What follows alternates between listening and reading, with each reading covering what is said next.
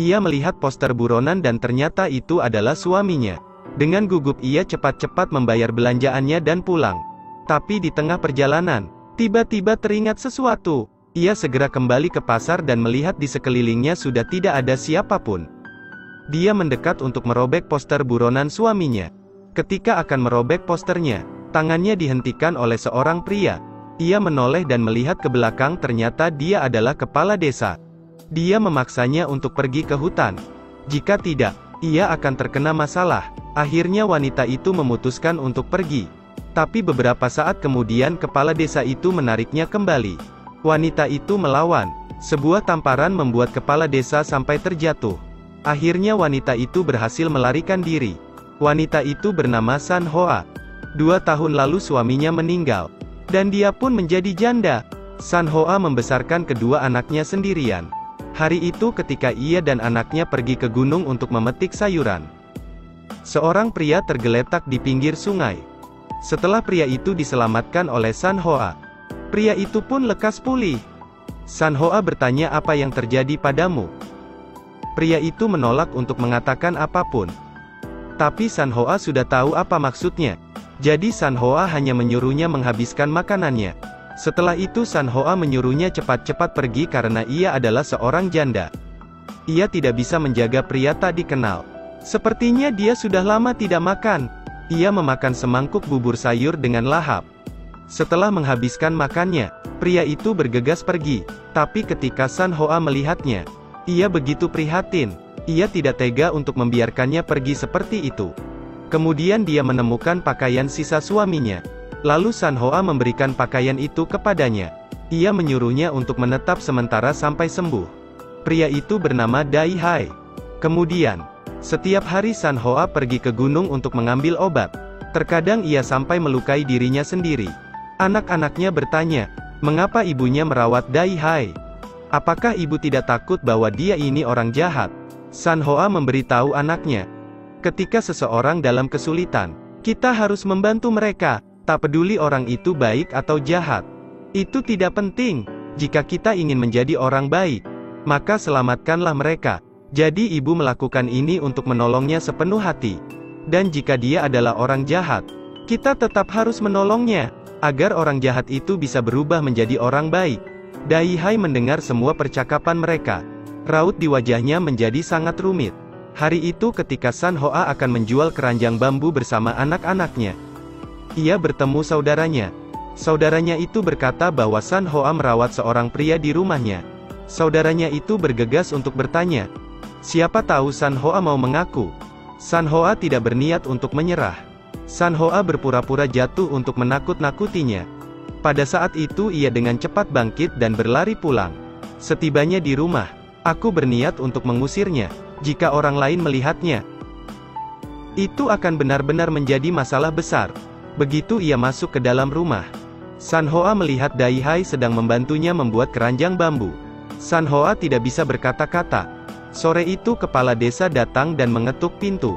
Dia juga mengatakan bahwa dia memiliki sesuatu yang harus dibicarakan. Mendengar kepala desa berkata seperti itu, terpaksa ia harus membuka pintu. San Hoa baru saja keluar pintu. Kepala desa yang bersembunyi bergegas keluar dan memeluk San Hoa. San Hoa belum tahu apa yang terjadi. Kepala desa berniat akan memperkosanya. Saat ini Dai Hai keluar untuk membantunya. Dia berteriak dan menakuti kepala desa hingga pergi dari sana. Sekarang San Hoa tahu jika di rumahnya ada pria baru, dia tidak akan diganggu oleh siapapun. Akhirnya San Hoa jatuh cinta pada Dai Hai. Ia sedang memasak telur dadar. San Hoa memberikannya kepada Dai Hai. Anak-anaknya juga ingin makan telur dadar. Ibu, aku juga ingin makan telur dadar. Karena ia mendapat perhatian dari San Hoa, ia bisa pulih dengan cepat. Ia sudah bisa berjalan seperti biasa. Tapi dia tetap tidak bisa membuka mulutnya untuk berbicara. Dai Hai juga membantu San Hoa dengan pekerjaan rumah. Tidak hanya membantu San Hoa merajut keranjang bambu, ia juga membawa sapi untuk membajak lahan tani. Melihat Dai Hai bahagia bersama anak-anaknya, San Hoa merasa sangat bahagia. Malam hari saat makan malam, anak-anaknya bertanya apakah kita bisa memanggil paman ini ayah. San Hoa langsung menatap Dai Hai. Dai Hai sedang asik melahap makanan. Di malam hari, mereka berdua berbaring di tempat tidur. Ia terus mengingat kata-kata anaknya saat makan tadi. Hal itu terus terngiang di pikiranku. Hari-hari mereka saling membantu untuk meningkatkan harga diri mereka. Tunggu sampai besok pagi, saat San Hoa membawa air. Dia tidak terlihat Dai Hai dimanapun. Ruangan di dalam sudah tertata rapi. Dai Hai meninggalkan sesuatu sebagai tanda terima kasih lalu pergi. Anaknya menangis. Bukan aku yang mengusir ayahku. Kita sudah dekat satu sama lain. Aku sudah menganggapnya sebagai ayahku. Dia terus menangis. Hari kedua ketika Dai Hai pergi, San Hoa sakit. Anaknya bergegas mencari tetangganya untuk meminta bantuan. Saudaranya baru saja datang. Ia hanya terus memikirkan Dai Hai. Tapi San Hoa mengerti. Pasti dia pergi karena kesulitan hidup di sini. Tapi belum lama Dai Hai tiba-tiba kembali. Anak-anaknya berteriak dan memanggilnya ayah. Dia tidak menyalahkan mengapa Dai Hai pergi. Ia malah bertanya, "Apa kau sudah makan?" Setelah kembali, Dai Hai membantu San Hoa memperbaiki atap dan menambal tembok, memperbaiki jalan utama. Saat mereka melakukannya bersama-sama, mereka pun lebih akrab lagi. Sore hari saat makan malam, Dai Hai makan dengan tenang. Dia memegang mangkuk dan tidak mengatakan sepatah kata pun. Tiba-tiba ia pergi keluar. San Hoa mengejarnya. Dai Hai melihat ke arah San Hoa. Akhirnya ia mengatakan identitas sebenarnya kepada San Hoa. "Aku adalah penjahat." San Hoa tercengang saat mendengarnya. Ia mengatakan bahwa dia benar-benar seorang buronan, dan dia tinggal di desa sebelah.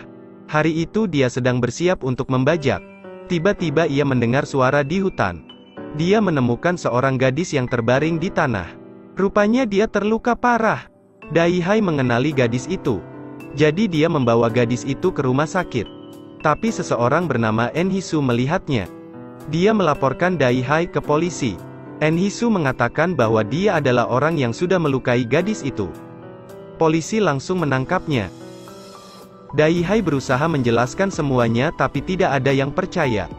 Dai Hai curiga ia telah difitnah oleh seseorang. Karena gadis bernama Luman itu sudah diincar oleh pria yang mendamba-dambakannya. Saat itu Dai Hai ingin meminta penjelasan dari gadis itu. Dai Hai menunggu gadis itu bangun. Tapi saat ia terbangun, ia tidak bisa mengingat apapun. Semua orang sangat tercengang, karena Dai Hai memiliki penjelasan yang tidak jelas. Dia dijatuhi hukuman 18 tahun penjara. Aku sangat terpuruk. Aku pikir aku akan sakit dan mati. Dai Hai tidak bisa menerimanya. Akhirnya dia kabur dari kejaran polisi dan terjun dari atas tebing. Beruntung saat itu San Hoa menemukannya. Sekarang Dai Hai memiliki kesempatan untuk hidup lagi. San Hoa menasehati agar ia jangan terlalu impulsif. "Kau jangan merasa sendirian lagi. Aku pasti membantumu sampai menemukan bukti bahwa kau tidak bersalah." San Hoa mencoba untuk meyakinkan Dai Hai untuk tetap bertahan. Malam itu Dai Hai menyatakan dengan jelas tentang niatnya. "Saya juga tidak punya apa-apa." Dia merangkai kalung dari buah kering untuknya. Anggap saja ini sebagai hadiah pernikahan. Dia memutuskan untuk menghapus ketidakadilan. Dia akan membahagiakan San Hoa. San Hoa sangat senang meskipun mereka masih belum menikah. Mereka saling mencintai. Dai Hai juga sudah dianggap sebagai suami. Dai Hai memutuskan untuk mengaku. Mereka telah memasang poster buronan di mana-mana. Ini adalah adegan yang sama dengan cuplikan di awal film. Kepala desa dengan cepat menyebarkan isu bahwa San Hoa menyembunyikan penjahat. Polisi datang ke rumah San Hoa. Setelah Dai Hai ditangkap, San Hoa membawa kedua anaknya ke rumah tetangganya. Mereka duduk di mobil dan pergi ke desa sebelah. Kedua anaknya memohon. Anaknya terus merenung. Saudara San Hoa memberitahu bahwa ibunya sedang mencari pengobatan Cina, dan sedang mencari bantuan untuk menyelamatkannya. Ia bertugas untuk merawat gadis itu. San Hoa mencoba pergi ke kota untuk bertanya tentang pengobatan Tiongkok. "Kau harus meremas meridiannya." Dia secara pribadi membuat obat begitu banyak sehingga dia terkena racun dan harus pergi ke rumah sakit. San Hoa tidak menyerah. Akhirnya di bawahnya perawatannya, gadis itu bangun kembali. Dia ingat bahwa orang yang melecehkannya tahun itu adalah En Hisu. Ia setuju untuk pergi bersama San Hoa untuk mengklarifikasi semuanya. Mereka berdua pun berangkat di keesokan harinya. Tapi Enhisu mengerahkan anak buahnya. Saat melihat Enhisu, San Hoa memberinya tamparan keras. Sontak hal itu membuat Enhisu sangat marah. Dia mengikat mereka berdua. "Manlu harus menikah denganku."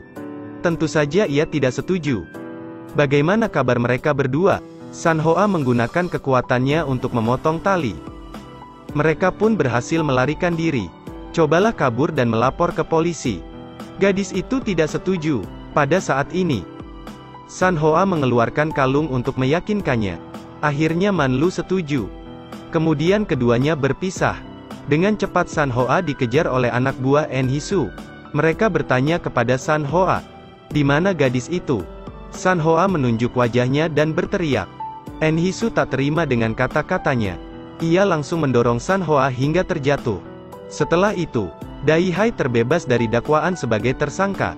Sesampainya di rumah, ia mendapati rumahnya ini sudah lama kosong. Tapi kedua anaknya berada di sana. Anaknya menangis sambil memberikan kalung itu kepada Dai Hai. Luman bersedia untuk mengasuh kedua anaknya. Tapi Dai Hai menolaknya. "Maaf, hanya ada satu orang di hatiku. Dia adalah San Hoa." Dai Hai membawa pulang kedua anaknya. Meskipun ibu dari anak itu sudah tidak ada lagi, tapi ayahnya masih sanggup untuk merawatnya. Tapi sesampainya di rumah, mereka melihat asap dari rumahnya. Anak-anak berteriak keras, "Ibu!" Kita tidak tahu yang mereka lihat itu nyata atau hanya imajinasi. Film ini bercerita tentang pertemuan seorang pria dan wanita. Mereka jatuh cinta satu sama lain. Meskipun dalam kondisi yang sulit, mereka masih bisa untuk menolong orang lain.